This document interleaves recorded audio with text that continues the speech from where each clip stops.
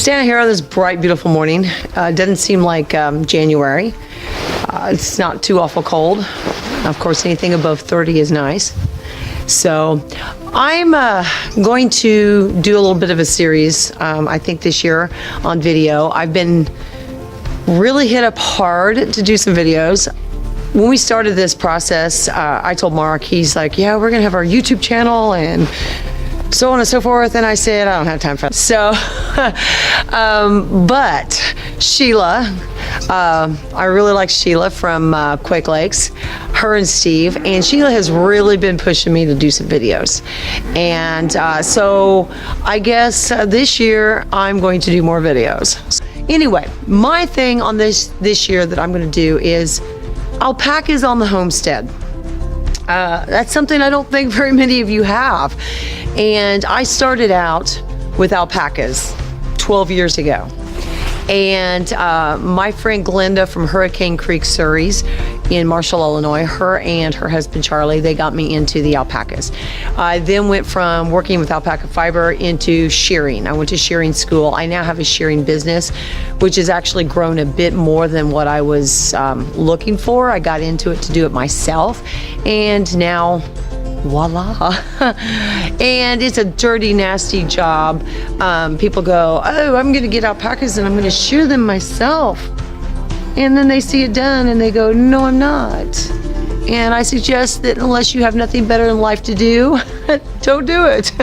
Don't get into it thinking you're gonna do all your own shearing, because most people don't. You have to do their teeth, you have to do their nails, you have to do the shearing, you get kicked, spit on, peed on, beat around, banged into the barns, you know, whatever. It's not a job that everybody really wants to do. And then you have that whole, oh my God, I'm gonna cut them open. And you will slice them. Sorry. But, so anyway, what I'm gonna do is, I'm gonna start doing a rundown. Should you have alpacas on the homestead? My first thing is if you want them as pets, you must have two. That's all there is to it. Llamas you can do as a single, as a guard animal. Alpacas are not guard animals. They are not guard animals. They're defenseless. Yes, you can get aggressive males. Very rare, and you don't want them on the farm. But they're not guard animals. They're not cheap. And they do take attention. They do take annual shearing and teeth and nails. They're not a cheap pet. So don't go get alpacas thinking, oh, they're cute and they're fuzzy and the grandkids are gonna play with them, because most of the time alpacas are like, up yours, I don't want anything to do with you. I mean, honestly, if you're into it for fiber, if you're wanting to do fiber, if you're wanting to do stuff like that, then yes, maybe think about it. But you better be hardcore fiber. The animals I have 15 right now. And I will get anywhere from 8 to 12 pounds of fiber off of them every year. That's a lot of fiber. So feeding, everybody's really, oh, you got to do this and this. We don't grow in the United States. We do not technically grow what they need to get all 60 vitamins and minerals that they need. You do have to supplement them. Orchard grass hay is really great for them, but can they live on it? No. So the feed that I do is a mix. I grind my own stuff every morning. I mix it every morning. I know where it comes from. I know what's in it. And when you look at the high dollar feeds that you buy for them, I put the same ingredients in there. The only difference is I can adjust the protein levels. I can adjust this and that. So there's a lot that goes into it.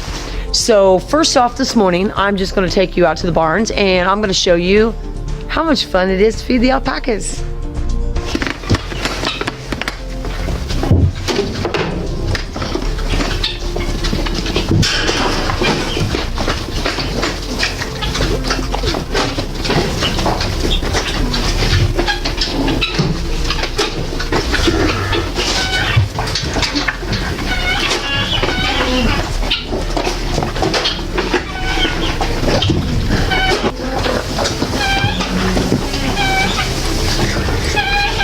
So these are my girls. I need to replace my shade screen.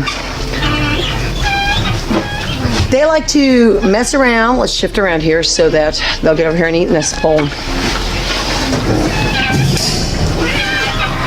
They like to go from food bowl to food bowl to food bowl to food bowl. And you get some of the girls that get really super fat. Some of them I have to worry about being a little bit thinner. And ideally, they'd eat all by themselves. I've got a small enough amount of animals that I can actually put dividers in here. And it's something that I'm working on. Because I do have some that don't eat as fast. I have a girl that weighs 161 pounds. She's fat. And then I have other girls that need that extra 20 pounds. So,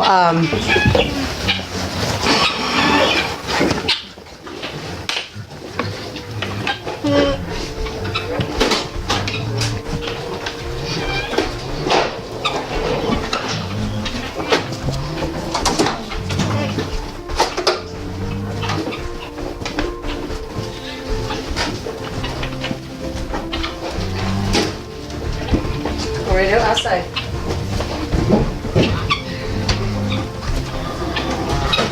All right.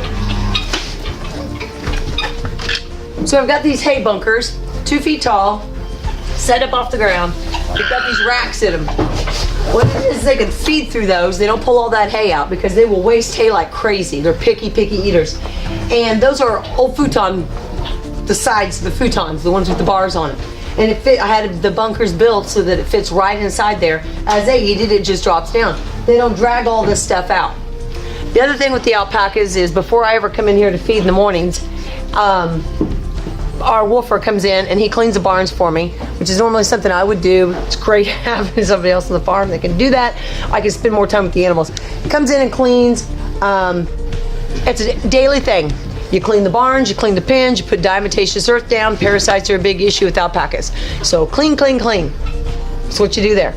So feeding's done, water tanks are full, hay bunkers, I gotta get some hay for the girls.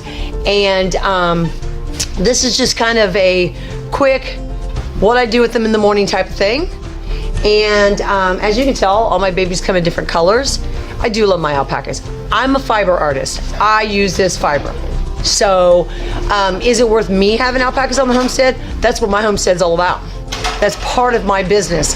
Between the gardening and the dairy and stuff like that, alpaca fiber is my business. So, yes, it is for me.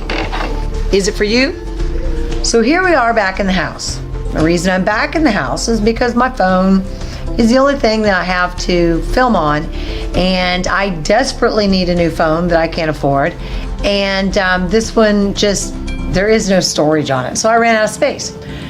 So basically you just saw what a typical morning is for me to just to feed, take care of the kids, you know, have a good time out in the barn. And I'm going to, with this series, you might get a video every other day. You might get one once a week. You might get one once a month, but it's going to be part of it. I don't know how I'm going to do it. I'm going to do some more felting videos. That is something that I have promised that I will do. Some more fiber videos, weaving, some spinning, all kinds of stuff, processing fiber, you know, whatnot. Of course, Mark will continue with his gardening, what's going on in the farm, so on and so forth. But in this series itself, I will take you through, we'll go through shearing this year. This next week, I have to do a lot of, I have to do some dental work on the girls. I need to trim toenails. Probably gonna be doing a lot of that by myself. So you can kind of see what it's like to actually have to do that by yourself. I'll take you through shearing. I'm training a friend of mine this year. She's going to be helping me shear this year. A lot of shenanigans I'm sure is going to happen during shearing season. A lot of muting of a lot of things being said, I'm sure. So you get an idea what it's like to shear. We do have alpacas and llamas to do this year, and I may have some Angora goats, which is going to be a new thing for me. So anyway, hang in there with me. Let me know what you think. Let me know if you're interested in these videos, and hit that little subscribe button if you haven't already, please. And please leave me some comments. Thanks for watching from Red Duchess Farm.